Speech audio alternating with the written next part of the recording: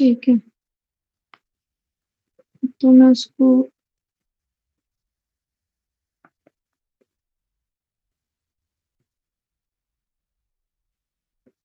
यहीं पे बता देती हूँ आपको मेन जो उसके पॉइंट्स थे। ठीक है, जिसमें से आपको क्वेश्चन आएगा।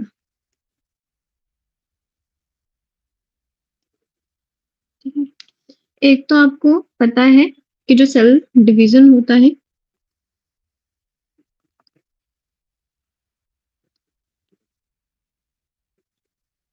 Basically cell division two type का है, एक आपके पास माइटोसिस है, एक मियोसिस है।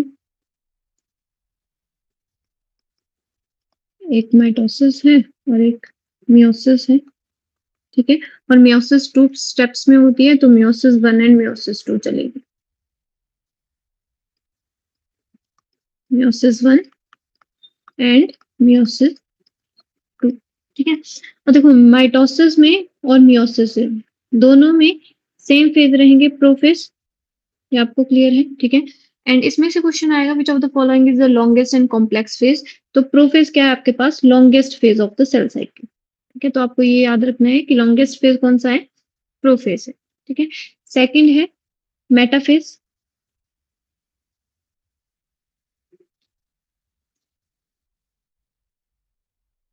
थर्ड है एनाफेज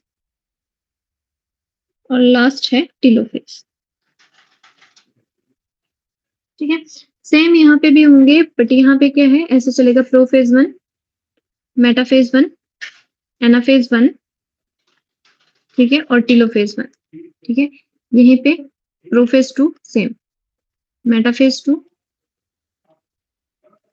एनाफेज 2 और टीलोफेज 2। ठीक है, अब देखो इसमें जो आपके पास क्वेश्चन आता है वो आता है मियोसिस के। अब मियोसिस में अगर लॉन्गेस्ट और कॉम्प्लेक्स फेज पूछा जाए तो कौन सा है? प्रोफेज 1। ठीक है, तो मियोसिस में this one is the longest phase. ठीक है, लॉन्गेस्ट भी ये है और कॉम्प्लेक्स फेज भी ये है। ठीक है, अब यहाँ पे जो मियोसिस 1 है उसका जो प्रोफेज है, ठीक है, कौन सा? प्रोफेज 1। प्रोफेज 1 फर्दर डिवाइडेड है स्टेजेस में लिप्टोटिन। सिंपल आपको आता है लिप्टोटिन। लिप्टोटिन को क्या बोला जाता है? Thread stage. ठीक है, या फिर इसको हम क्या बोल देते हैं? Bouquet stage. उसके बाद आता है जाइगोटिन। ठीक है, तो सिंपल आपके पास क्वेश्चन आता है कि जो होमोलोगस क्रोमोसोम है उनकी पेयरिंग कहाँ पे होती है? तो वो होती है जाइगोटिन में। ठीक है, तो जाइगोटिन में क्या होता है? Pairing of homologous chromosome. Homo मतलब सेम, सेम लोकस पे है, उनको क्या बोल दिया हमने? Homologous chromosome. ठीक है, दूसरा आपने इसमें याद रखना है साइनेप्सिस फॉर्मेशन। ठीक है, synapsis and synaptonemal complex. Synaptonemal complex formation कौन से फेज में होगी? जाइगोटिन में। ठीक है, pairing of homologous chromosome, synapsis and synaptonemal complex formation ये होगी। साथ में इस फेज में क्या होगा? Formation of bivalent and tetrad. Bivalent and tetrad. ठीक है, तो ये फर्स्ट फेज हो गया, ये सेकंड हो गया, इसमें ये चीजें होंगी। थर्ड है पैकिटिन। ठीक है, या पैचिटिन बोलते हैं जिसको। ठीक है, अब पैचिटिन स्टेज में क्या होता है? मान लो मेरे पास न्यूक्लियस है, न्यूक्लियस में ऐसे फिर मेरे पास क्रोमोसोम, ये मेरे पास होमोलोगस क्रोमोसोम है। ठीक है, ये इनकी क्रोमेटिड है। अब यहाँ पे जो नॉन होमोलोगस क्रोमोसोम है ये अलग है। ठीक है, इनके बीच में क्या होगा? क्रॉसिंग ओवर होगी। ठीक है, इसकी आर्म यहाँ पे चली जाएगी। ठीक है, और इसकी यहाँ पे ऐसे इंटरक्रॉस कर लेंगे और यहाँ पे क्या होगा? एक्सचेंज ऑफ मटेरियल होगा। ठीक है, तो पैकेटिंग स्टेज में क्या होता है? Exchange of material. Exchange of material, अगर मटेरियल जेनेटिक मटेरियल एक्सचेंज होगा तो हमारे पास न्यू कॉम्बिनेशन बनेंगे। इसीलिए रिकॉम्बिनेशन कहाँ पे होगी? रिकॉम्बिनेशन नोड्यूल भी कहाँ पे बनेगा? रिकॉम्बिनेशन नोड्यूल फॉर्मेशन कहाँ पे होगी? पैकेटिंग स्टेज में। ठीक है। एक्सचेंज ऑफ मटेरियल मतलब यहाँ पे क्या बन गया आपके पास, रिकॉम्बिनेंट बन गए ये। ठीक है, मतलब ये क्या बन गए, एक टाइप के हाइब्रिड बन गए, इसका जेनेटिक मटेरियल इसके पास है, इसका genetic material, exchange of genetic material कर लिया इन्होंने। इतना क्लियर है? ठीक है। उसके बाद है डिप्लोटिन। तो डिप्लोटिन फेज की आपके पास ये पहचान रहती है, इसमें क्या होता है, जो उसके बाद क्या होगा कि ये जो आपको यहाँ दिख रहा है, ठीक है, डिप्लोटिन स्टेज में बेसिकली ये यहाँ पे एक्सचेंज ऑफ मटेरियल हुआ था 2 पार्ट्स में। ठीक है, अब एक्सचेंज ऑफ मटेरियल किसके बीच में होगा, नॉन सिस्टर क्रोमेटिड के बीच में। देखो ये येलो वाली एक दूसरे की सिस्टर है, ठीक है, और ये स्काई ब्लू वाली एक दूसरे की सिस्टर है। ठीक है, और ये आपस में कैसे हैं, आपस में है ये नॉन सिस्टर। ठीक है, ये और ये, तो इन दोनों के बीच में एक्सचेंज हो रहा है, तो exchange of material between non sister chromatid. Okay, exchange of material किसके बीच में होगा, नॉन सिस्टर क्रोमेटिड के बीच में होगा। ठीक है, अब डिप्लोटिन स्टेज में क्या देखेगा आपको, सिर्फ एक चीज दिखेगी, यहाँ पे ऐसे एक्स शेप स्ट्रक्चर दिख रहा है आपको यहाँ पे, ये वाला। ठीक है, जहां पे एक्सचेंज ऑफ मटेरियल हो रहा है वहां पे ऐसे एक्स शेप स्ट्रक्चर दिख रहा है, इस एक्स शेप स्ट्रक्चर को हम बोलते हैं चेजमेटा। ठीक है, तो सिंपल चेजमेटा फॉर्मेशन कहाँ पे होगी, डिप्लोटिन में। और दूसरी चीज आपने यहाँ पे याद रखनी है, डिसोल्यूशन ऑफ साइनेप्टोनिमल कॉम्प्लेक्स। जो साइनेप्टोनिमल कॉम्प्लेक्स था, तो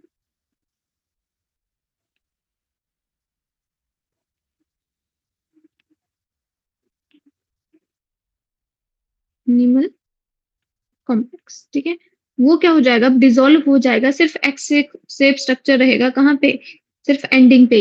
इनके बीच में वैसे क्या था, ऐसे साइनेप्टोनिमल कॉम्प्लेक्स था इनके बीच में, अब वो डिसॉल्व हो गया, सिर्फ आपके पास जहां पे नोड्यूल बना था वहां पे एक्स शेप स्ट्रक्चर रहेगा, जिसको हमने क्या बोल दिया, चेजमेटा। ठीक है, तो चेजमेटा फॉर्मेशन कौन से स्टेज में होगी, डिप्लोटीन में, और डिसोल्यूशन ऑफ साइनेप्टोनिमल कॉम्प्लेक्स। और फिफ्थ वाला आपने लास्ट है डाइकाइनेसिस। तो डाइकाइनेसिस में क्या होती है, सेपरेशन ऑफ क्रोमोसोम, सिंपल। तो सेपरेशन कहाँ पे होगी, वो होगी सेपरेशन ऑफ क्रोमोसोम। ठीक है, होमोलोगस क्रोमोसोम्स क्या होंगे, अब सेपरेट हो जाएंगे। अब ये जो सेपरेशन होगी उनके पास क्या होगा, इसके पास इसका मटेरियल भी होगा, मतलब ये रिकॉम्बिनेंट क्रोमोसोम बन गया आपके पास। इतना क्लियर है? और सबसे स्मॉलेस्ट फेज, ठीक है, सबसे छोटा फेज होता है एनाफेज।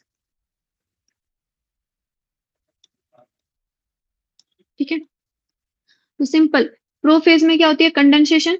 मेटाफेज में क्या होता है, मेटाफेजिक प्लेट पे क्रोमोसोम लाई कर जाते हैं, एनाफेज में क्रोमोसोम सेपरेट हो जाते हैं, और telophase is opposite to the prophase. ये चीजें याद रखनी है बस। क्लियर है? उसके बाद सिंपल मेटाफेज में भी क्या होगा, यहाँ पे प्रोफेज 1 में ऐसा हो गया, मेटाफेज में क्या होगा,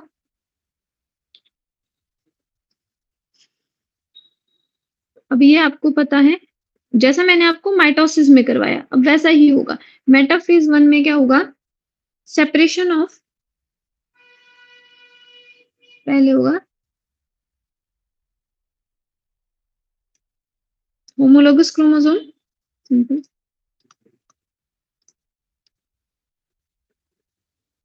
chromosome lying on metaphasic plate, metaphasic plate.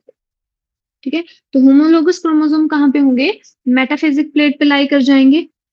ठीक है, अब इसमें और उसमें सिर्फ इतना सा डिफरेंस था, यहाँ पे हमने क्या कर दिया था, जो आपके पास सेम क्रोमोसोम है उसके क्रोमेटिड को ब्रेक कर दिया था, ये इसकी मेटाफेजिक प्लेट है।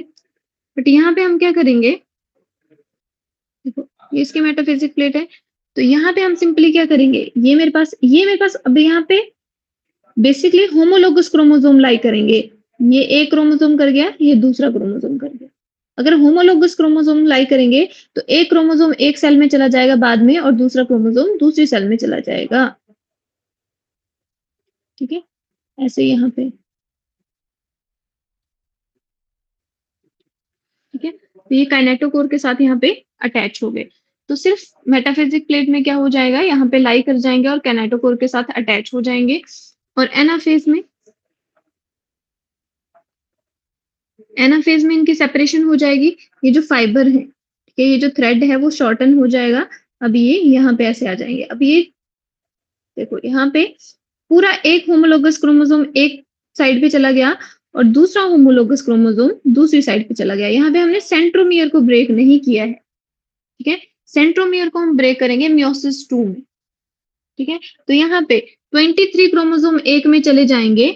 अब यहाँ पे आपके पास अगर ज्यादा ही कॉम्प्लेक्स क्वेश्चन आ सकता है तो क्या आ सकता है आपके पास, मान लो अगर आपके पास यहाँ पे ऑर्गेनिज्म में फॉर एग्जांपल यहाँ पे 46 क्रोमोसोम है, तो मेटाफेज में भी कितने रहेंगे 46, बट एनाफेज में जब सेपरेशन ऑफ क्रोमोसोम हो जाएगी तो यहाँ पे 23 एक के पास चले जाएंगे एक साइड पे और 23 दूसरे पोल पे चले जाएंगे। और जब आपके पास टिलोफेज आएगा, ठीक है, तो टिलोफेज में क्या होता है आपके पास ऐसे, तो यहाँ पे 23 क्रोमोसोम होंगे और यहाँ पे भी 23 क्रोमोसोम होंगे, ठीक है। और यहाँ पे क्या होगा, रीअपीयरेंस ऑफ द न्यूक्लियर मेम्ब्रेन और रीअपीयरेंस ऑफ द सेल ऑर्गेनेल्स। इतना क्लियर है। उसके बाद क्या होगी इसमें साइटोकाइनेसिस। साइटोकाइनेसिस के बाद आता है, देखो मियोसिस 1 और मियोसिस 2 में थोड़ा सा डिफरेंस होता है, ठीक है। इसको हम बोलते हैं इंटरकाइनेसिस। इंटरकाइनेसिस, सॉरी, यहाँ पे मियोसिस 1 और मियोसिस 2 के बीच में लिखना था मैंने, वेट, ठीक है। मियोसिस 1 और मियोसिस 2 में थोड़ा सा टाइम पीरियड होता है, उसको हम बोला जाता है इंटरकाइनेसिस, ठीक है। तो मियोसिस 1 के बाद क्या होगा, सेल डिवीजन के बाद स्टार्ट होगी meiosis 2 and meiosis 2 is similar to mitosis, ठीक है। जैसा मियोसिस माइटोसिस में होता है वैसा ही मियोसिस 2 में होता है। इसीलिए मियोसिस 2 को क्या बोला जाता है, meiosis 2 is called equational division, ठीक है। अगर आपसे सेपरेटली पूछा जा रहा है मियोसिस 1 और मियोसिस 2, तो मियोसिस 2 आपके पास इक्वेशनल डिवीजन है, जबकि आपके पास मियोसिस 1 रिडक्शनल डिवीजन है, ठीक है। तो आपको क्वेश्चन आ रहा है विच of the following is equational division, उसमें आपके पास ऑप्शन है meiosis 1, meiosis 2, both of this और नन ऑफ दिस। तो आपके पास क्या हो जाएगा, मियोसिस 2 आपके पास इक्वेशनल डिवीजन है, ठीक है। और रिडक्शनल डिवीजन कौन सा है, सिर्फ आपके पास मियोसिस 1 ही रिडक्शनल डिवीजन है, इसी में ही रिडक्शन होती है। माइटोसिस 2 में कोई भी रिडक्शन नहीं होगी। अब इतनी बात क्लियर है, ठीक है।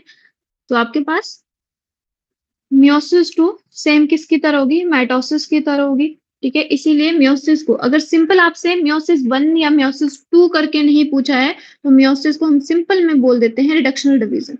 बट अगर मियोसिस 1 और 2 में पूछा है तो मियोसिस 1 आपके पास उसमें रिडक्शनल डिवीजन है, ठीक है। और ये आपके पास इक्वेशनल।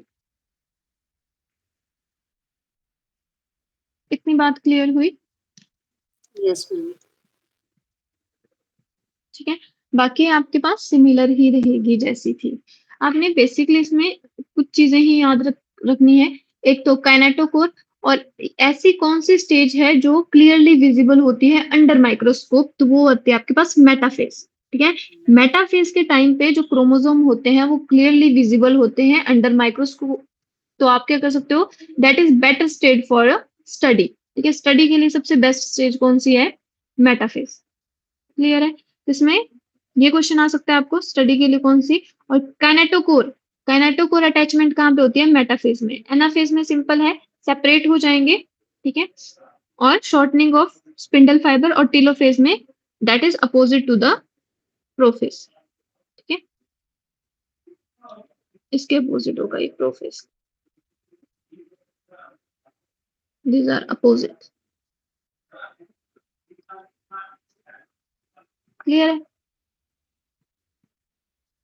आज का हम बात करेंगे, अब हम बात करते हैं आपके पास प्लांट फिजियोलॉजी की। आई होप आपको इतना क्लियर हुआ होगा। अगर आपको कोई भी डाउट है तो आप मेरे से पूछ सकते हो, क्लियर है। Yes ma'am. अब हम बात करते हैं आपके पास, मैं प्लांट फिजियोलॉजी आपके पास स्टार्ट करी है, ठीक है? फर्स्ट बात करती हूँ मैं फोटोसिंथेसिस इन हायर प्लांट्स की, ठीक है? तो आज का हमारा टॉपिक रहेगा फोटोसिंथेसिस इन हायर प्लांट्स, ठीक है? देखो, सबसे पहले सिंपल है, आप सभी को पता है फोटोसिंथेसिस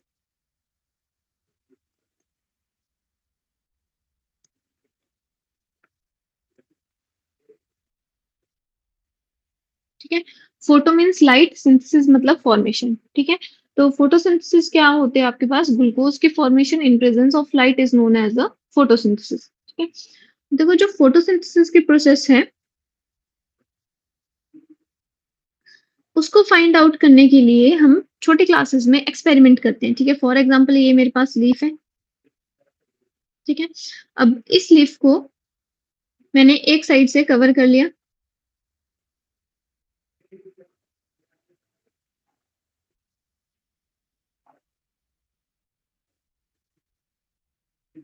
ठीक है?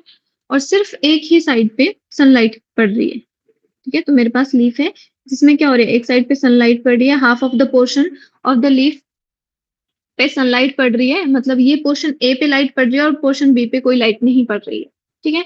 तो जो आपके पास फोटोसिंथेसिस है, तो सबसे पहले हम छोटे क्लासेस में एक्सपेरिमेंट करते हैं कि लाइट की प्रेजेंस में फोटोसिंथेसिस क्या होती है, लाइट की प्रेजेंस में फॉर्मेशन ऑफ स्टार्च, ठीक है? फॉर्मेशन ऑफ ग्लूकोज, ठीक है? कार्बोहाइड्रेट की फॉर्मेशन होती है लाइट की प्रेजेंस में, उसको हम क्या बोल देते हैं? फोटोसिंथेसिस।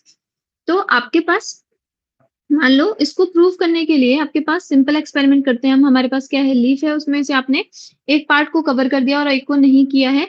अब जिस पार्ट को आपने कवर नहीं किया है, अगर हम वहां पे सिंपल क्या है, जहां पे कवर नहीं किया है वहां पे ग्लूकोज की फॉर्मेशन हुई होगी, मतलब यहाँ पे कौन सी प्रोसेस हुई होगी? फोटोसिंथेसिस, CO2 प्लस वाटर, ये आपके पास क्या बन जाएगा? C6H12O6 plus 6O2 plus 6H2O in presence of sunlight and in presence of chlorophyll, ठीक है?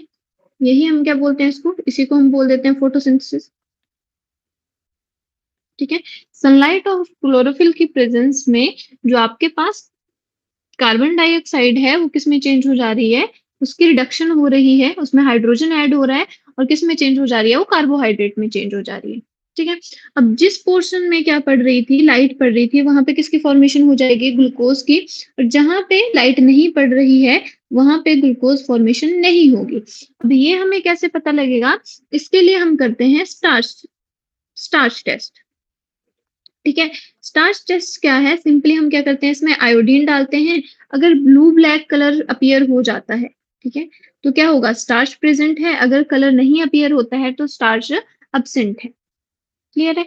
तो सिंपली अगर हम लीफ लें, उसको एक साइड पे हम कवर कर दें और एक पे नहीं करें, तो हम क्या देखते हैं कि जो कवर्ड एरिया था वहां पे आयोडीन के टेस्ट के बाद, स्टार्च टेस्ट के बाद कोई भी ब्लू कलर नहीं आता है, जबकि जो एक्सपोज्ड एरिया था सनलाइट की प्रेजेंस में, वो क्या था? उसमें ब्लू कलर आता है, जो क्या बता रहा है हम पे कि यहाँ पे फोटोसिंथेसिस हुई है, यहाँ पे कार्बोहाइड्रेट की फॉर्मेशन हुई है और यहाँ पे नहीं हुई है, ठीक है? ये छोटी क्लासेस में हमने एक्सपेरिमेंट किया है। इसके साथ ही एक और एक्सपेरिमेंट करते थे हम छोटी क्लासेस में। मान लो मेरे पास ये लीफ है, ठीक है? अब इसको मैंने एक सॉल्यूशन में ऐड कर दिया, ठीक है? या फिर इसमें मैंने ऐसे कॉटन का एक सॉल्यूशन लिया, उसमें मैंने कॉटन ऐड कर दिया, ठीक है? अब ये जो कॉटन है इसमें प्रेजेंट है KOH, ठीक है? अब ये जो KOH है वो क्या करता है? CO2 को एब्जॉर्ब कर लेता है, ठीक है? मतलब जो एनवायरमेंट से CO2 प्लांट एब्जॉर्ब कर रहे हैं with the help of stomata, उसको किसने एब्जॉर्ब कर लिया? उसको एब्जॉर्ब कर रहा है आपके पास KOH, ठीक है? तो ये मेरे पास टेस्ट ट्यूब है, इसमें मान लो मैंने KOH ले लिया, ठीक है? तो बेसिकली क्या करेगा यहाँ पे, अब आधे लीफ को मैंने क्या किया? टेस्ट ट्यूब में रख दिया, ठीक है? आधा लीफ मेरा किसमें है? टेस्ट ट्यूब में है, ठीक है? जिसके पास क्या है? यहाँ पे KOH है, जो क्या कर रहा है? CO2 को एब्जॉर्ब कर ले रहा है, ठीक है, और आधा लीफ एक्सपोज्ड एरिया में है जहां पे आपके पास CO2 प्रेजेंट है। ठीक है, यहाँ से सनलाइट पड़ रही है। ठीक है, तो ये हमें क्या बताता है कि अगर आपके पास CO2 नहीं है, ठीक है, तो जो एक्सपोज्ड एरिया है वहां पे क्या बन जाएगा, वहां पे कार्बोहाइड्रेट की फॉर्मेशन होगी। ठीक है, सेम टेस्ट कर सकते हैं हम, आयोडीन के साथ करेंगे तो कैसा कलर आ जाएगा, ब्लू कलर। ठीक है, और यहाँ पे कोई कार्बोहाइड्रेट की फॉर्मेशन नहीं होती है। ये हमें टेस्ट क्या बता रहा है कि जो CO2 है, ठीक है, कार्बन डाइऑक्साइड है, वो एसेंशियल है किसके लिए, to the process of photosynthesis. तो हमें इन छोटे छोटे एक्सपेरिमेंट से दो चीजें पता चल गई। एक तो हमारे पास लाइट इंपॉर्टेंट है, सनलाइट इंपॉर्टेंट है फोटोसिंथेसिस की प्रोसेस के लिए, और दूसरा क्या इंपॉर्टेंट है, कार्बन डाइऑक्साइड। ठीक है, तो ये एक्सपेरिमेंट हमने छोटी क्लासेस में किए। ठीक है, अब देखो इन्हीं चीजों को देखते हुए कि मैक्सिमम जो आपके पास कैपेसिटी है, ठीक है, फोटोसिंथेसिस सिर्फ कौन कर सकते हैं, ऑटोट्रॉफ्स और प्लांट्स, जिसमें क्या आते हैं, प्लांट्स आते हैं, आपके पास ब्लू ग्रीन एल्गी आते हैं जो अपना भोजन खुद बना रहे हैं, वही कर सकते हैं। तो सबसे पहले इन एक्सपेरिमेंट्स को अब डिफरेंट डिफरेंट साइंटिस्ट आए, जिन्होंने क्या किया, जिन्होंने इस प्रोसेस को, जो फोटोसिंथेसिस की प्रोसेस है, उसको ऑब्जर्व करने की कोशिश करी कि ये जो चीज है वो कैसे हो रही है, कौन से पार्ट्स ऑफ प्लांट में हो रही है, या सभी पार्ट्स ऑफ प्लांट फोटोसिंथेसिस कर सकते हैं। तो सबसे पहले हमारे पास एक्सपेरिमेंट आता है, वो है आपके पास जोसेफ प्रिस्टले का। ठीक है, तो सबसे पहले एक्सपेरिमेंट किसने किया था, जोसेफ प्रिस्टले ने किया था। ठीक है, और इन्होंने अपना एक्सपेरिमेंट कब किया था, अराउंड 1770 में किया। ठीक है, अब इन्होंने क्या बताया, बेसिकली यहाँ, ठीक है, अब इन्होंने जो एक्सपेरिमेंट किया था, देखो इन्होंने क्या किया, इन्होंने एक बेल जार लिया। ठीक है, ये आपने एक्सपेरिमेंट पढ़ा भी होगा। अब बेल जार में उन्होंने क्या किया, एक कैंडल जला दी। ठीक है, अब ये जो कैंडल है, ठीक है, और एक चूहा रख लिया, ठीक है, एक माइस रख लिया। तो बेसिकली उन्होंने क्या ऑब्जर्व करा कि कुछ टाइम के बाद कैंडल भी बुझ जाती है और जो माइस है वो उसकी भी डेथ हो जाती है। ठीक है, फिर उन्होंने सेम एक्सपेरिमेंट किस पे किया, सेम एक्सपेरिमेंट उन्होंने रिपीट किया। उसने उन्होंने फिर से एक बेल जार लिया, उसमें क्या रखा उन्होंने, एक उन्होंने कैंडल रखी, ठीक है, साथ में एक रखा मिंट प्लांट। ठीक है, और साथ में mice, same experiment, same setup repeat किया। तो उन्होंने क्या ऑब्जर्व किया कि जो आपके पास लाइट है वो भी चलती रही, और जो माइस है उसकी डेथ भी नहीं हुई, वो भी लाइव रहा, सरवाइव कर पा रहे। ठीक है, तो बेसिकली जोसेफ प्रिस्ले ने क्या बताया, इन्होंने कंक्लूड किया कि जो प्लांट है, ठीक है, प्लांट क्या कर रहे हैं, आपके पास रिस्टोर कर रहे हैं एयर में जो भी फाउल चीज, कौन रिलीज कर रहा है, माइस रिलीज कर रहा है और कैंडल रिलीज कर रही है। तो सिंपली इन्होंने क्या बोला, इन्होंने ये बोला कि जो प्लांट्स हैं वो क्या करते हैं, वो कुछ एयर को एब्जॉर्ब, जो फाउल एयर है, ठीक है, जो गंदी हवा है उसको क्या कर लेते हैं, एब्जॉर्ब कर लेते हैं, और अच्छी चीज छोड़ देते हैं एनवायरमेंट में, जिसकी वजह से जो माइस है वो भी सरवाइव कर पा रहा है और कैंडल भी ग्लो कर रही है। इतना क्लियर है।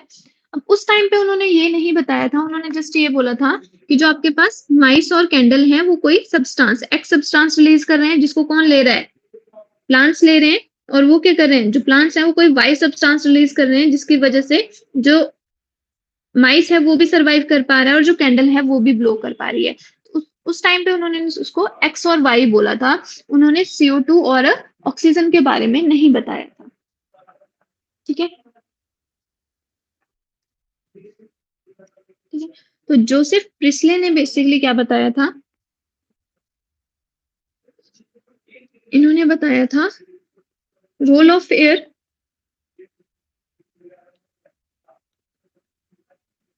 इन ग्रोथ ऑफ ग्रीन प्लांट।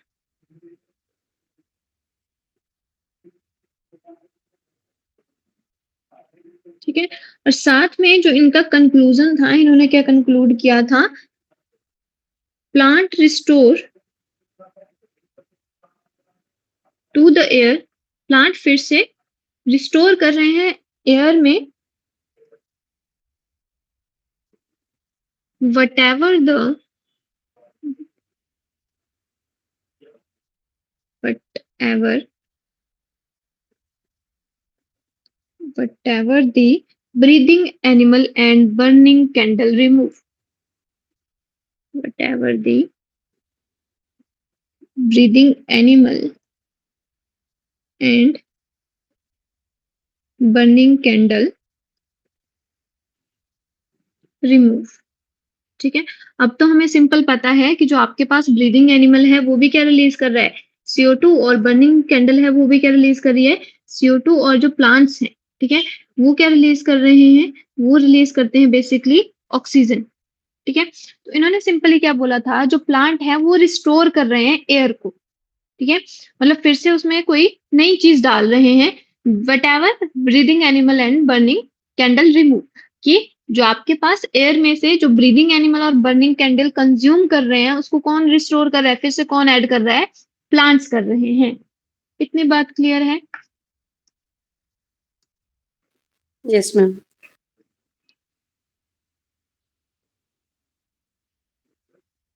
ठीक है, तो बेसिकली आपके पास जोसेफ प्रिस्ले ने क्या बोला कि जो आपके पास ग्रीन प्लांट है वो प्योरीफाई करते हैं फाउल एयर को एंड कन्वर्ट करते हैं उनको प्योर एयर में। सिंपल, क्लियर है? अब जो जोसेफ प्रिस्ले थे उन्होंने 1774 में डिस्कवर्ड किया था ऑक्सीजन को। ठीक है, तो ऑक्सीजन आपके पास बाद में डिस्कवर कर हुई थी। ठीक है, पहले उन्होंने एक्सपेरिमेंट किया था, उसके बाद ऑक्सीजन डिस्कवर हुई थी। उसके बाद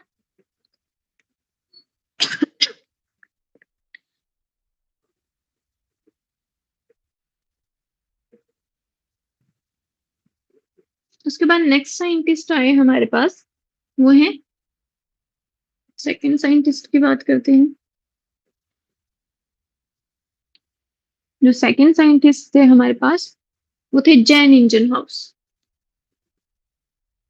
जैन इंजन हाउस, ठीक है, और जैन इंजन हाउस ने अपना एक्सपेरिमेंट किया था अराउंड 1779 में। ठीक है, देखो जैन इंजन हाउस ने जो आपके पास जोसेफ प्रिस्ले था उसके एक्सपेरिमेंट को क्या किया था, रिपीट किया था।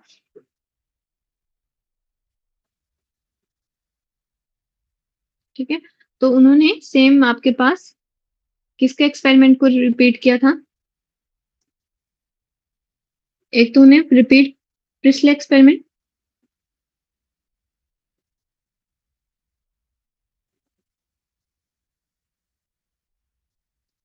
एक तो उनके एक्सपेरिमेंट को रिपीट किया था, और सेम बेलजार वाला एक्सपेरिमेंट उन्होंने कहाँ कहाँ पे रिपीट किया था, एक बार उन्होंने उसको सनलाइट में और एक बार उन्होंने डार्क में रिपीट किया था। ठीक है, तो उन्होंने देखा कि जब सनलाइट थी तब क्या कर रही थी, कैंडल ग्लो कर रही थी। ठीक है, बट जब सनलाइट नहीं थी तो कैंडल क्या हो गई, बुझ गई। ठीक है, और दूसरा इन्होंने सेम एक्सपेरिमेंट किया था, उसके लिए इन्होंने लिया था बेसिकली, इन्होंने एक्सपेरिमेंट किया था एक्वेटिक प्लांट पे। ठीक है, तो मान लो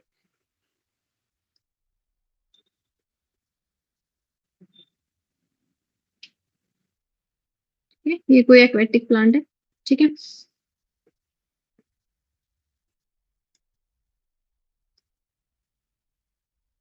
ठीक है, तो उन्होंने नोटिस किया कि जैसे ही उन्होंने एक्वेटिक प्लांट को जब सनलाइट में रखा, ठीक है, तो उन्होंने नोटिस किया कि जहां पे सनलाइट पड़ रही थी,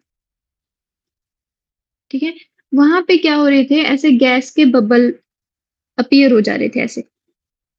ये जहां पे लाइट पड़ रही थी वहां पे ऐसे गैस बबल अपीयर हो जा रहे थे, और बाद में इन्होंने फाइंड आउट किया कि ये जो गैस बबल थे वो किसके थे, ऑक्सीजन के थे। ठीक है, तो इन्होंने फाइंड किया कि जो सनलाइट थी उसकी प्रेजेंस में क्या हो रही थी, ऑक्सीजन रिलीज हो रही थी।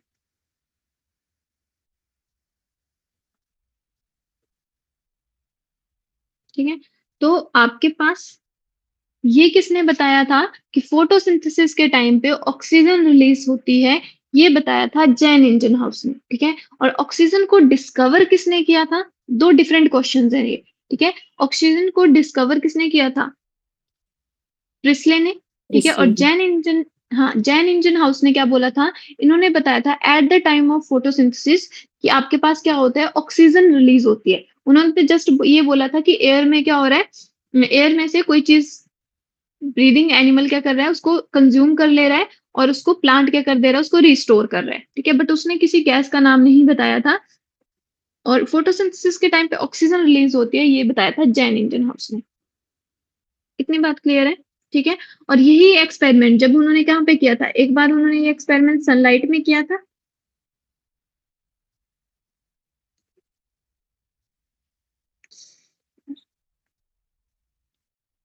ठीक है? और यही सेम एक्सपेरिमेंट उन्होंने जब डार्क में किया था, तो उन्हें गैस बबल नहीं दिखे थे, तो उन्होंने क्या बताया था? उन्होंने बताया था प्रेजेंस ऑफ सनलाइट, ठीक है? उन्होंने किसको बताया था? एक तो उन्होंने बताया था कि फोटोसिंथेसिस के लिए क्या ज़रूरी है? इन्होंने इनका जो कंक्लूजन था, उन्होंने बताया था sunlight is essential for photosynthesis, essential for photosynthesis, ठीक है? सेकंड इन्होंने बताया था ओनली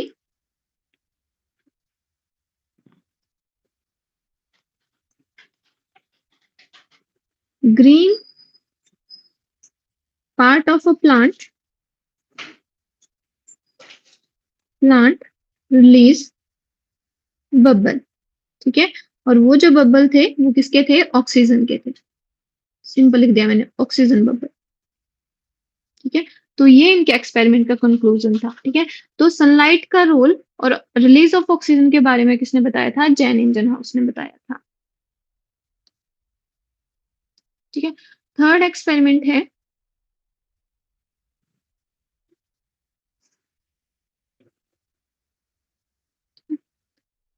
थर्ड एक्सपेरिमेंट है हमारे पास जूलियस वॉन सेक्स का।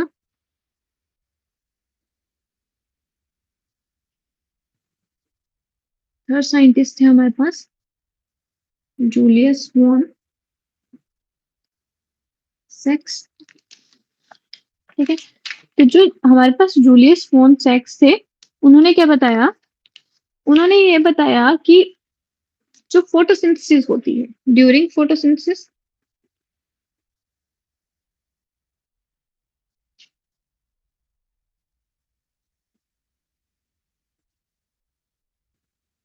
Glucose is produced. उन्होंने क्या बोला था कि ड्यूरिंग फोटोसिंथेसिस जो कार्बोहाइड्रेट है वो क्या होता है? प्रोड्यूस्ड होता है, ठीक है? और इन्होंने ये बताया था कि ये जो कार्बोहाइड्रेट है वो कहाँ पे प्रोड्यूस हो रहा है? बेसिकली प्रोड्यूस्ड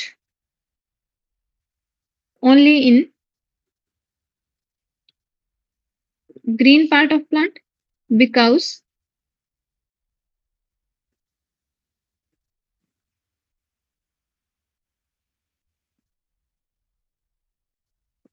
जो ग्रीन पार्ट है उसमें क्या प्रेजेंट होता है? उन्होंने बोला था कि जो ग्रीन पार्ट ऑफ प्लांट है वहां पे एक स्पेशल बॉडी प्रेजेंट होती है जिसको आज हम जानते हैं क्लोरोप्लास्ट के नाम से। और उस स्पेशल बॉडी में एक पिगमेंट होता है, स्पेशल पिगमेंट, जो क्या करता है? जो हेल्प करता है कार्बोहाइड्रेट की फॉर्मेशन में। क्लियर है? तो उन्होंने ये बोला था बिकॉज इन ग्रीन प्रोड्यूस्ड, तो उन्होंने क्या बोला था? एक उन्होंने बताया था during photosynthesis carbohydrate is produced and carbohydrate is produced only in green part of plant because in green parts of a plant special bodies, जिसको आज क्या बोलते हैं हम? जिसको आज बोला जाता है क्लोरोप्लास्ट,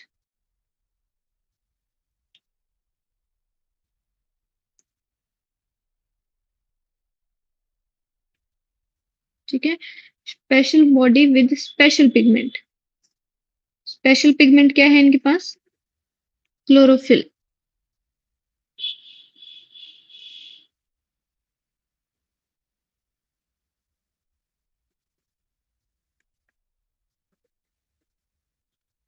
इज प्रेजेंट। तो सिंपली इन्होंने क्या बोला था कि जो कार्बोहाइड्रेट हैं उनमें जो स्टोर्ड फूड बनता है जिसको हमने क्या बोला कार्बोहाइड्रेट, तो उन्होंने सिंपली क्या बोला कि जो ग्लूकोज है, ठीक है, प्लांट्स में जो ग्लूकोज है वो किसके फॉर्म में, ग्लूकोज स्टार्च की फॉर्म में स्टोर होता है, ठीक है, ड्यूरिंग फोटोसिंथेसिस की प्रोसेस। ठीक है, उसके बाद है नेक्स्ट एक्सपेरिमेंट है हमारे पास KW एंगलमैन का। इन्होंने फोटोसिंथेसिस के बारे में बताया।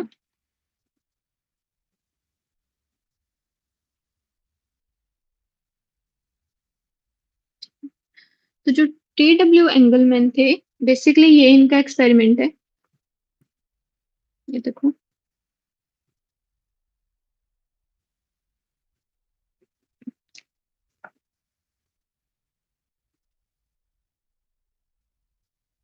ठीक है।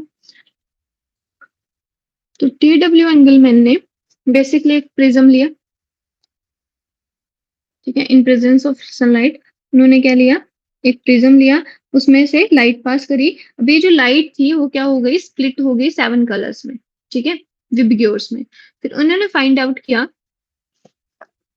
तो सिंपल अगर मैं सेटअप को यहाँ पे बनाती हूँ, बेसिकली उन्होंने एक सिस्टम, एक सेटअप बनाया जिसमें उन्होंने एक प्लांट लिया, ठीक है, एक्वेटिक प्लांट,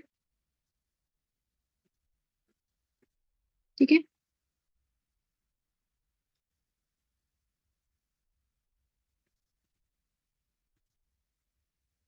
और ये जो एक्वेटिक प्लांट है वो है क्लेडोफोरा, ठीक है। क्लेडोफोरा क्या है हमारे पास, ग्रीन एल्गा।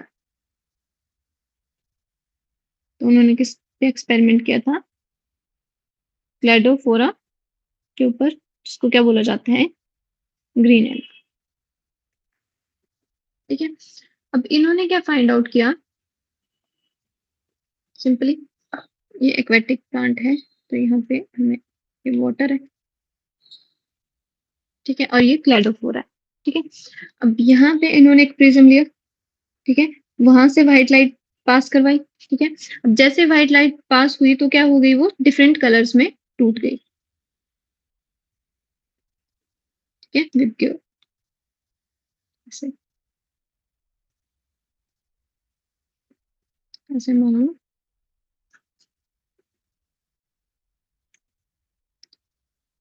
वो ब्रेक हो गई, violet, indigo, blue, green, yellow, red और सॉरी येलो, ऑरेंज और रेड, ठीक है। तो ये जो लाइट स्प्लिट हुई तो उन्होंने ये ऑब्जर्व किया कि जहां पे ब्लू रीजन ऑफ लाइट है, ठीक है, और जहां पे रेड रीजन ऑफ लाइट है, ठीक है, तो इन्होंने फाइंड आउट किया कि ब्लू और रेड लाइट ऑफ रीजन में क्या हो रहा था, बहुत ज्यादा ऑक्सीजेनिक बैक्टीरिया प्रेजेंट थे, ठीक है। तो मतलब सबसे ज्यादा ऑक्सीजन बबल कहाँ पे बन रहे थे, यहाँ पे।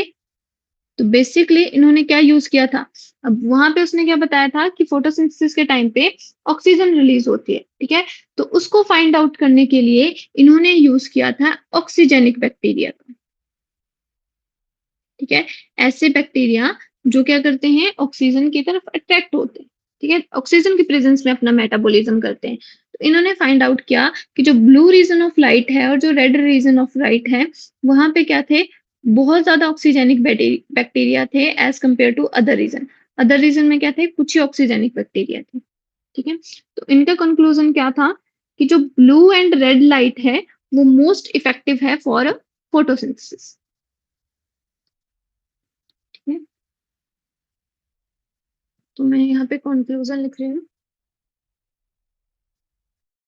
ठीक है। कंक्लूजन क्या था इनका, ब्लू एंड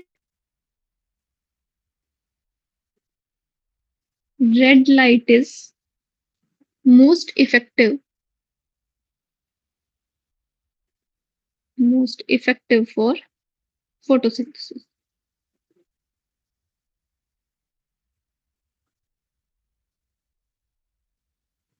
इतना क्लियर है आपको? सेम देखो यहाँ पे भी सेम ही है। यहाँ पे देखो, यहाँ पे प्रिज्म है, ये प्रिज्म है, ठीक है। यहाँ से व्हाइट लाइट पास कर रही है, ठीक है। तो जैसे ही प्रिज्म से पास करेगी तो क्या हो जाएगी, स्प्लिट्स हो जाएगी 7 कलर्स में। अब यहाँ पे सिर्फ 2 ही रीजन बताए हुए हैं बेसिकली, ठीक है।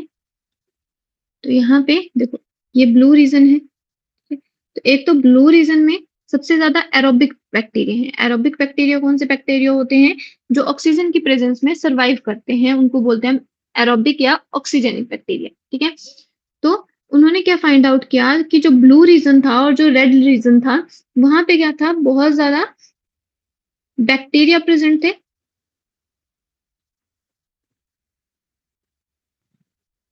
ठीक है। जो क्या बता रहे हैं कि ब्लू और रेड लाइट मोस्ट इफेक्टिव है किसकी प्रोसेस के लिए, फोटोसिंथेसिस की प्रोसेस के लिए। इतना क्लियर है? Yes, ma'am. ठीक है, ठीक है। और लास्ट बात करते हैं हम, लास्ट जो साइंटिस्ट थे हमारे पास वो है Cornelius Van Niel. Van Niel,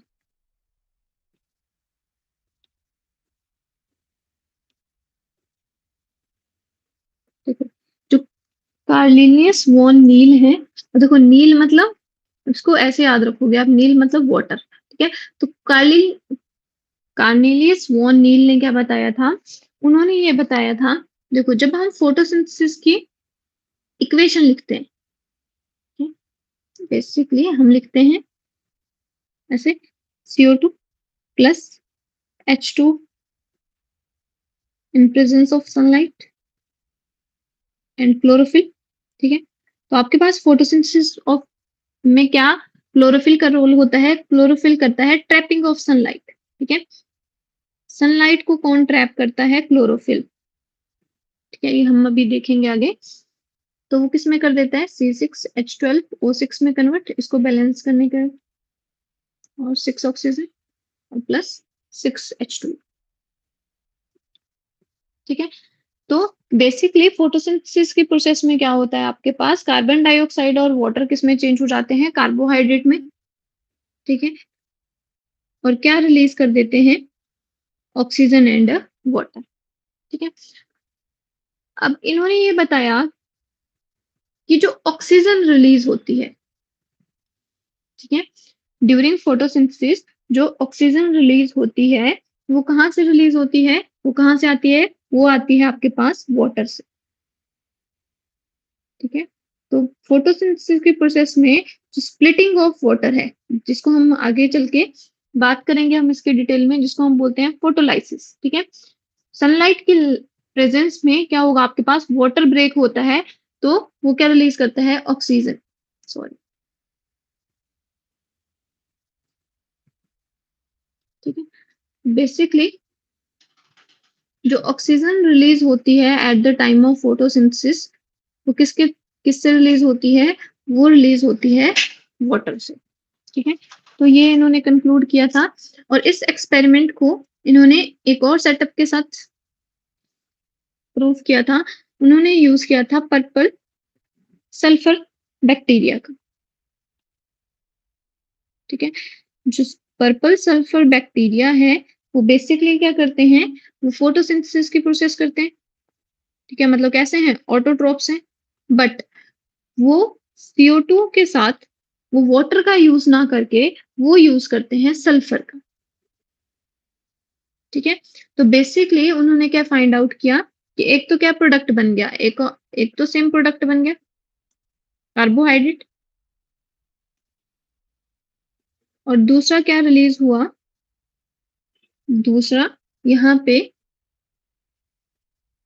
sulphur, free sulphur release हो गया, ठीक है, free sulphur in the form of sulphate,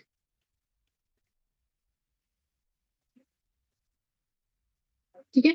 तो उन्होंने ये फाइंड आउट किया कि at the time of photosynthesis जो आपके पास ऑक्सीजन रिलीज़ होती है, जिसमें हम रेस्पिरेशन करते हैं बेसिकली, वो कहाँ से रिलीज़ होती है? वो वाटर से रिलीज़ होती है। क्योंकि अगर ये CO2 से रिलीज़ होती, तो यहाँ पे भी आपके पास क्या आनी थी? ऑक्सीजन रिलीज़ होनी थी, बट यहाँ पे कोई ऑक्सीजन नहीं रिलीज़ हुई।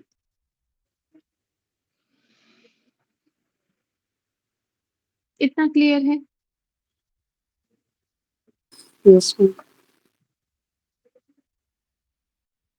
ठीक है? उसके बाद हम बात करते हैं फोटोसिंथेसिस की।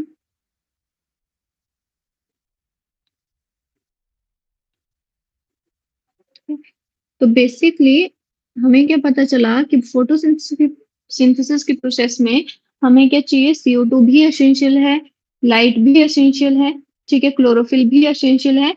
अगर कोई भी कंपोनेंट नहीं है तो वहां पे फोटोसिंथेसिस नहीं होगी।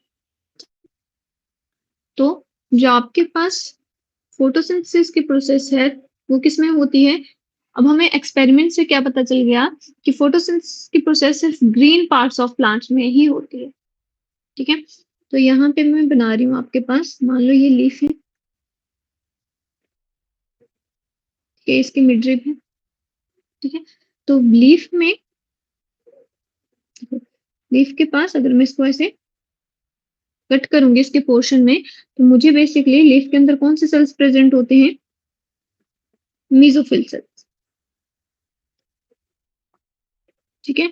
और मीजोफिल सेल्स में मैं क्या किसका स्ट्रक्चर देखूंगी? बेसिकली क्लोरोप्लास्ट का, ठीक है? तो नेक्स्ट है हमारे पास स्ट्रक्चर ऑफ क्लोरोप्लास्ट, ठीक है? तो यहाँ पे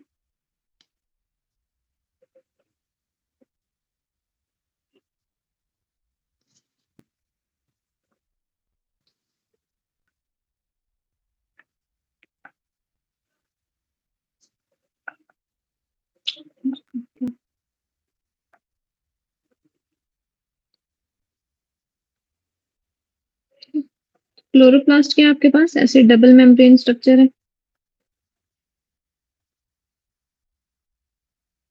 ठीक है? एक होगी आउटर मेम्ब्रेन और एक है इनर मेम्ब्रेन।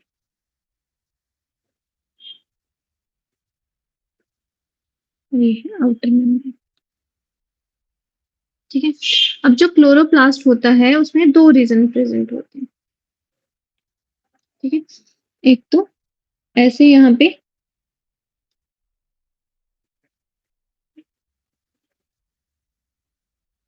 ऐसे स्ट्रक्चर प्रेजेंट होता है जो आपको स्टैक ऑफ कॉइन की तरह लगेगा, ठीक है? मतलब एक सिक्के के ऊपर दूसरा सिक्का रखा है, ऐसे लगेगा।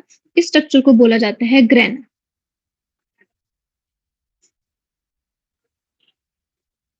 ठीक है? और इसमें से जो सिंगल स्ट्रक्चर है, ठीक है, एक स्ट्रक्चर है, उसको बोला जाता है थैलाकोइड,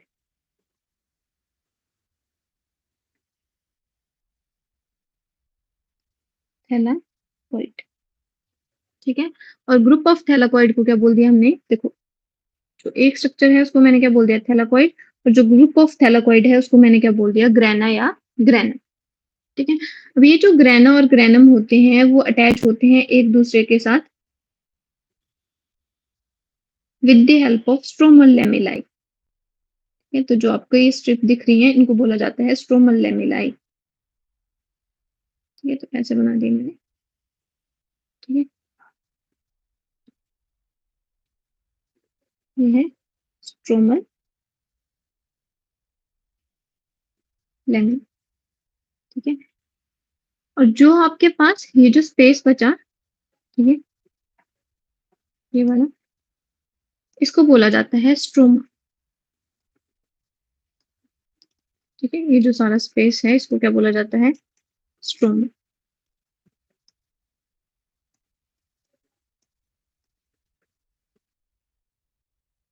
ठीक है? और आपको एक और चीज पता होगी कि जो आपके पास क्लोरोप्लास्ट है उसको और क्या बोला जाता है? सेमी ऑटोनोमस सेल ऑर्गेनेली बोला जाता है। क्यों? क्योंकि जो आपके पास क्लोरोप्लास्ट है उसके पास क्या होता है? अपना DNA होता है। इतना क्लियर है सबको? ठीक है।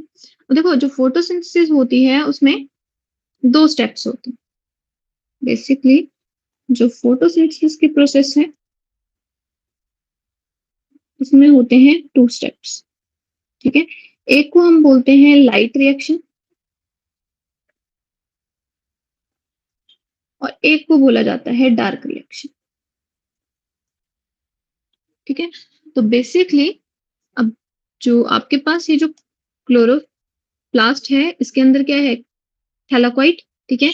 और ग्रुप ऑफ थैलाकोइड को हमने क्या बोल दिया, ग्रेनम। तो अगर मैं एक को देखूं, ये मेरे पास थैलाकोइड है, ठीक है। तो जो थैलाकोइड की मेम्ब्रेन है उसमें प्रेजेंट होता है ग्रीन पिगमेंट, जिसको हम क्या बोल देते हैं, जिसको हम बोलते हैं क्लोरोफिल, ठीक है। तो मेम्ब्रेन ऑफ थैलाकोइड में क्या प्रेजेंट है, यहाँ पे प्रेजेंट है क्लोरोफिल, ठीक है। जो किसमें हेल्प करेगा, ये हेल्प करेगा ट्रैपिंग ऑफ सनलाइट में। सनलाइट को ट्रैप करने में कौन हेल्प करेगा, यहाँ पे क्लोरोफिल। तो बेसिकली अब आपको क्लियर पता लग रहा होगा कि अगर यहाँ पे क्लोरोफिल है इनके बीच में, के ग्रीन कलर में जो बनाया, अगर इनके पास क्लोरोफिल है तो बेसिकली जो लाइट है, ठीक है, मान लो ये सनलाइट है, ठीक है। तो सनलाइट को कौन ट्रैप करेगा, ये पार्ट, ठीक है। तो ग्रेना सनलाइट को ट्रैप करेगा। तो लाइट रिएक्शन कहाँ पे होता है, लाइट रिएक्शन कहाँ पे होगा, अब आई होप आपको क्लियर है, ग्रेना में, ठीक है, या ग्रेनम भी लिख सकते हो आप, ठीक है। और जो डार्क रिएक्शन होगा वो कहाँ पे होगा, वो होता है स्ट्रोमा में। इतना क्लियर है, ठीक है। और ये जो आपके पास लेमिलाई होती है, ठीक है, इनमें भी क्या प्रेजेंट होती है, क्लोरोफिल। तो जो आपके पास लाइट रिएक्शन होगा वो कहाँ कहाँ पे होगा, जहाँ पे क्लोरोफिल होती है। तो लाइट रिएक्शन एक तो ग्रेनम में प्रेजेंट होता है, दूसरा स्ट्रोमल लेमिलाई में भी लाइट रिएक्शन होता है, ठीक है। और डार्क रिएक्शन कहाँ पे होगा, स्ट्रोमा में होगा।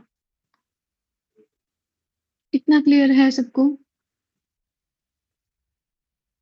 Yes. ठीक है। देखो जो फोटोसिंथेसिस है, अब बेसिकली जो थैलाकोइड मेम्ब्रेन है, हमने क्या बोला, जो आपके पास क्लोरोप्लास्ट है, क्लोरोप्लास्ट में एक स्ट्रक्चर है जिसको क्या बोल दिया, थैलाकोइड बोल दिया, जिसके अंदर क्या है, क्लोरोफिल प्रेजेंट है, ठीक है। और ग्रुप ऑफ थैलाकोइड को हमने क्या बोल दिया, ग्रेना या ग्रेनम बोल दिया, ठीक है। अब जो आपके पास थैलाकोइड की मेम्ब्रेन है, ठीक है, जिसमें क्या प्रेजेंट है, क्लोरोफिल। तो उसमें क्या है आपके पास, डिफरेंट पिगमेंट प्रेजेंट है, ठीक है। जो आपके पास क्लोरोफिल है, ठीक है, जो डिफरेंट पिगमेंट है, हमने क्या बोला, जो थैलाकोइड की मेम्ब्रेन है उसमें प्रेजेंट होता है डिफरेंट पिगमेंट्स, ठीक है। जिसमें से एक पिगमेंट क्या है आपके पास, क्लोरोफिल, ठीक है। तो डिफरेंट पिगमेंट्स में इसके पास कौन कौन से पिगमेंट होते हैं, बेसिकली इसके पास प्रेजेंट होंगे pigment chlorophyll A, chlorophyll B,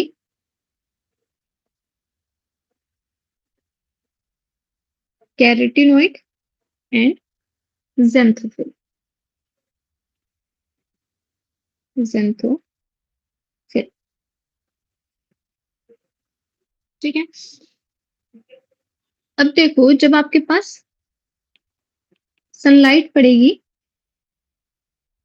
ये मान लो मेरे पास क्लोरोप्लास्ट है, लीफ के अंदर क्या होता है आपके पास, मेसोफिल सेल के अंदर क्लोरोप्लास्ट, ठीक है।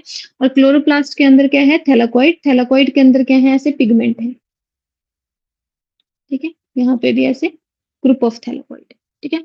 अब जब सनलाइट पड़ेगी तो जो सनलाइट का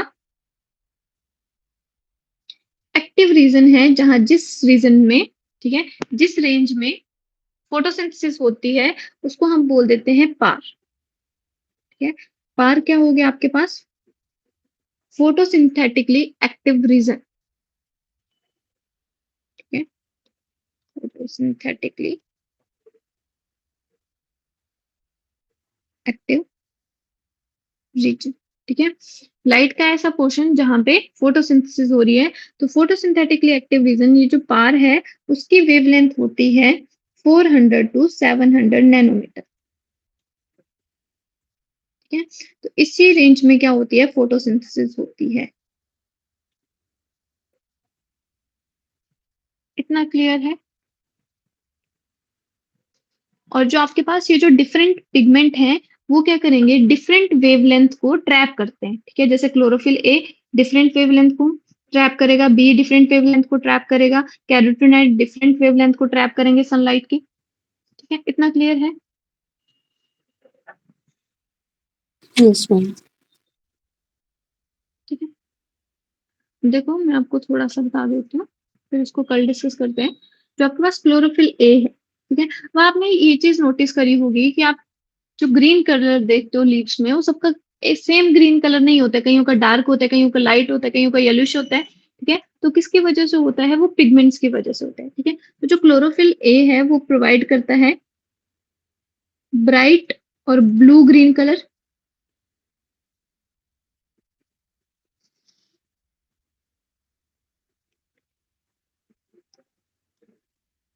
ठीक है? क्लोरोफिल बी प्रोवाइड करवाता है येलो ग्रीन कलर,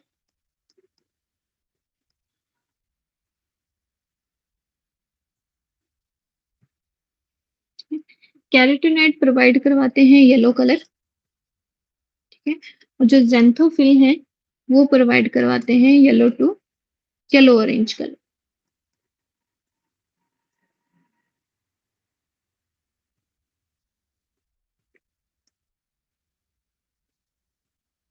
ठीक है? अब ये जो आपके पास डिफरेंट पिगमेंट हैं, उनकी डिफरेंट कैपेसिटी है एब्जॉर्ब करने की, किसकी लाइट को? सनलाइट की, ठीक है? सन की लाइट को डिफरेंट पिगमेंट डिफरेंट वेवलेंथ के ऊपर एब्जॉर्ब करता है, उसको हम बोलते हैं एब्जॉर्प्शन स्पेक्ट्रम। और उस वेवलेंथ के ऊपर कितनी फोटोसिंथेसिस हो रही है, उसको बोला जाता है एक्शन स्पेक्ट्रम, ठीक है?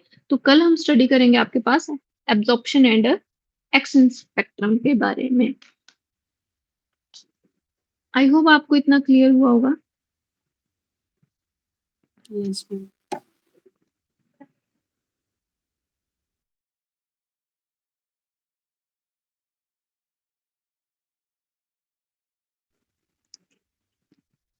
अभी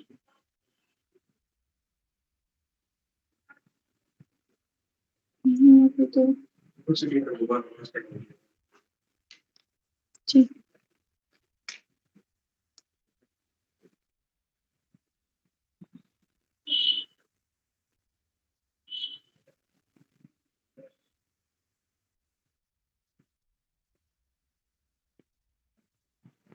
है, तो थोड़ा सा हम बात कर लेते हैं आगे। मैं थोड़ा सा बता देती हूँ आपको एब्जॉर्प्शन स्पेक्ट्रम के बारे में।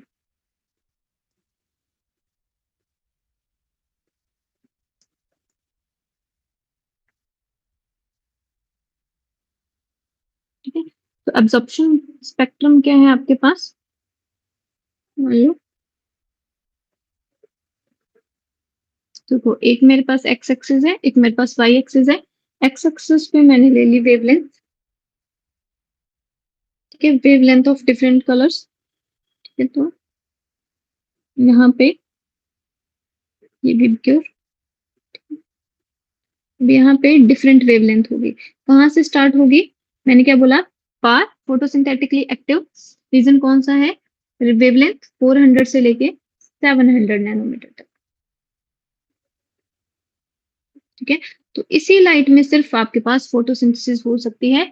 इससे वॉयलेट से पहले क्या प्रेजेंट होगी? अल्ट्रावायलेट, उसमें फोटोसिंथेसिस नहीं होगी। और रेड के बाद कौन सी होगी? इंफ्रारेड, उसमें भी फोटोसिंथेसिस नहीं होगी, ठीक है? सिर्फ इसी वेवलेंथ में क्या होगी? फोटोसिंथेसिस होगी, ठीक है? और यहाँ पे मैं बात करती हूँ एब्जॉर्प्शन की।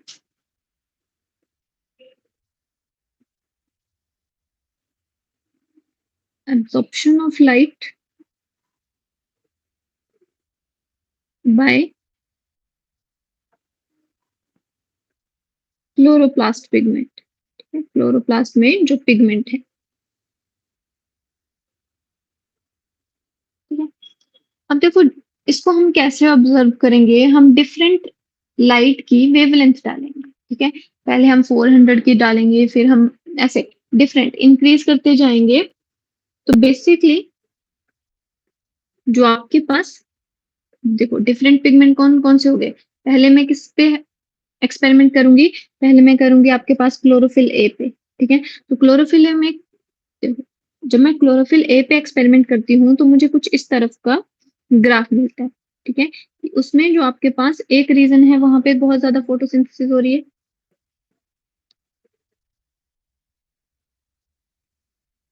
ठीक है, और फिर यहाँ पे ज्यादा फोटोसिंथेसिस, जो क्या रिप्रेजेंट कर रहा है कि एक तो सबसे ज्यादा फोटोसिंथेसिस कौन से रीजन में हो रही है, ब्लू रीजन में, और एक सबसे ज्यादा फोटोसिंथेसिस कौन से रीजन में हो रही है, रेड रीजन।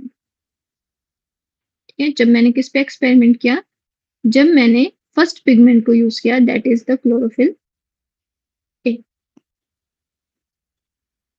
ठीक है, तो वो क्या बता रहा है हमें कि जो क्लोरोफिल ए है, ठीक है, उसमें क्या हो रही है, मैक्सिमम फोटोसिंथेसिस हो रही है कौन से रीजन में, ब्लू लाइट में हो रही है, और एक तो किस में हो रही है, रेड लाइट में। ठीक है, कि ब्लू रीजन का और जो रेड लाइट रीजन है वो क्या कर रहा है, मैक्सिमम एनर्जी को एब्सॉर्ब कर रहा है। ठीक है, और वहां पे फोटोसिंथेसिस ज्यादा हो रहा है। कितना क्लियर है। तो जो क्लोरोफिल ए है बेसिकली अराउंड आपके पास 450 नैनोमीटर में, उसमें सबसे ज्यादा फोटोसिंथेसिस होती है, और कौन से रीजन में होती है, ब्लू रीजन में। ठीक है, और दूसरा उसमें रेड लाइट में। ठीक है, ये रेड रीजन में क्या होगी, सबसे ज्यादा फोटोसिंथेसिस होगी। ठीक है, और कितनी वेवलेंथ कितनी होगी, 600 नैनोमीटर में, और कौन से रीजन में, रेड रीजन में क्या करेगी ये, जो रेड लाइट है उसको सबसे ज्यादा एब्सॉर्ब करेगी। ठीक है, तो आपके पास जो मोस्ट इम्पोर्टेंट जो पिगमेंट होता है, फोटो पिगमेंट, वो होता है क्लोरोफिल ए। आपने ये याद रखना है, द मोस्ट इम्पोर्टेंट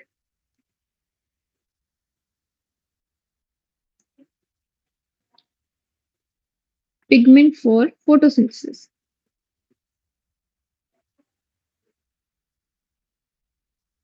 वो कौन सा है आपके पास, वो है क्लोरोफिल ए। आई होप इतना क्लियर हुआ होगा, कल मैं थोड़ा सा आपको फिर से एक्सप्लेन कर दूंगी। इतना क्लियर है सबको। Yes, ma'am. ठीक है, कल हम बेसिकली बात करेंगे आपके पास C3C4 साइकिल की फॉस्फोराइलेशन की। ठीक है, तो जिसमें से आपको क्वेश्चन आते हैं, देखो इसमें से आपको क्या क्वेश्चन आ सकता है, देखो एक तो आपको साइंटिस्ट के बारे में आ सकता है कि ऑक्सीजन के बारे में, ऑक्सीजन किसने डिस्कवर करी थी, या फिर क्लैडोफोरा पे किसने एक्सपेरिमेंट किया था। ठीक है, तो ये आ सकता है। दूसरा आपको आ सकता है कि जो आपके पास लाइट रिएक्शन, सिंपल क्वेश्चन है, लाइट रिएक्शन कहाँ पे होता है, डार्क रिएक्शन कहाँ पे होता है। थर्ड आपको ये आ सकता है कि कौन से पिगमेंट का कौन सा कलर होता है। ठीक है, और फोर्थ आपको क्या आ सकता है, जो फोटो सिंथेटिकली एक्टिव रीजन होता है उसकी वेवलेंथ कितनी होती है। ठीक है, और मैक्सिमम जो फोटोसिंथेसिस होती है वो कौन सा पिगमेंट करता है, मैक्सिमम फोटोसिंथेसिस करता है क्लोरोफिल ए, और कौन सी लाइट में करता है, ब्लू एंड रेड लाइट में। ठीक है, तो यहाँ से यही क्वेश्चन बनते हैं।